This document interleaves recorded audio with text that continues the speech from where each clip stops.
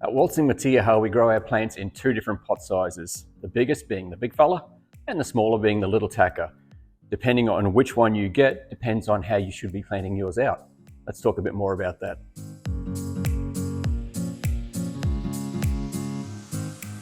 Now the big fella is actually a decent size. It can actually go straight into the landscape, and we'll discuss that in the next video. So let's put that aside for the time being and concentrate on the little tacker.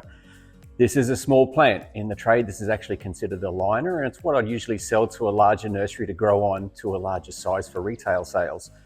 The beauty of a small plant like this is it keeps the price down as a retail side, and it ships cheaper.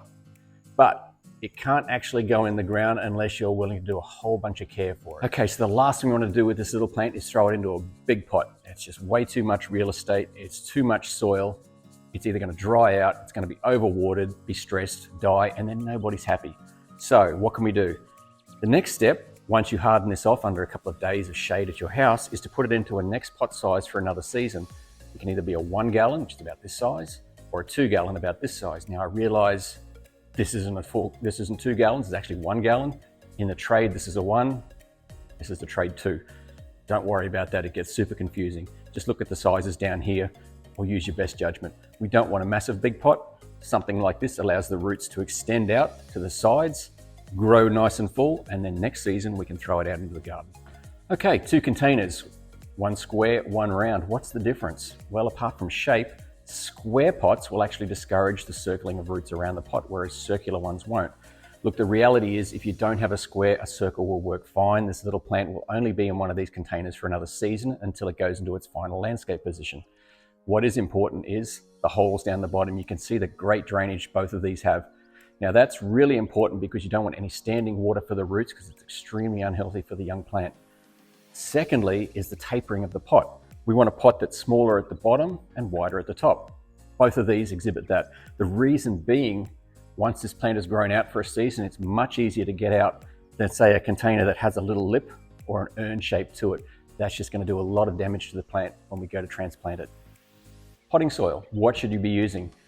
Try and find something in your local area that has good drainage. If all you can find in that regard is a succulent potting soil, that's just fine. Just make sure there's no active nutrients in it, so they haven't added any fertilizers, things like that, because phosphorus can be a problem for these little plants.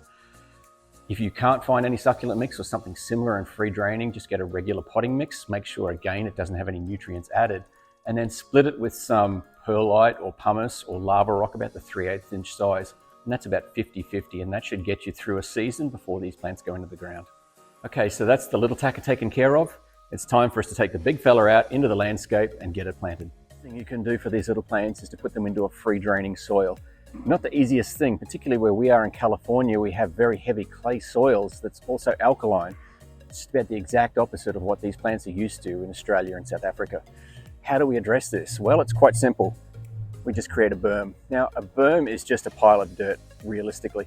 What you're looking for is some kind of gritty mix. If you live in the East Bay, Contra Costa topsoil has a great mix called Bancroft Blend. If you don't have access to that, we're looking for a sandy topsoil kind of material. We don't want too much in the way of organics. We want to keep it more mineral-based. You're just looking to create a little bit of grit. It creates good drainage and makes these plants so much happier. Okay, let's get this guy planted. Okay, so what we're looking for here is to dig a hole, but not bury this little plant too deep.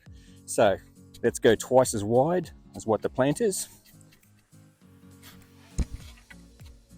Now, see how easy I'm digging into this soil? That should give you an idea of how good the drainage is. Nothing's going to pool, it's not too heavy in clay. The material works quite well and it breaks up quite nicely. So let's get that out of there. Now, the best way is to place the plant, pot and all, straight into the soil. What we're looking for is the top of that mix right there to be slightly higher than the soil around it.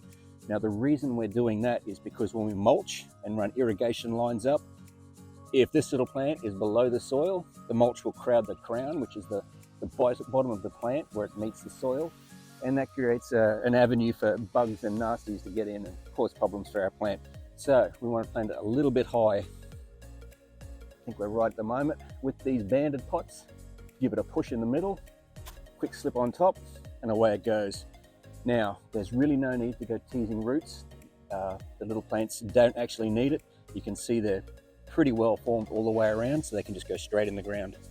Now, it's a little bit higher. I'm going to get our backfilled soil, move it all around, gently push it down. We don't want to compact this thing, it's not a road. And there we go. Planting really is that simple. You can see it's a little bit higher, so when we push the mulch up around it, it's not going to crowd the crown. It's not going to cause us any issues down the line.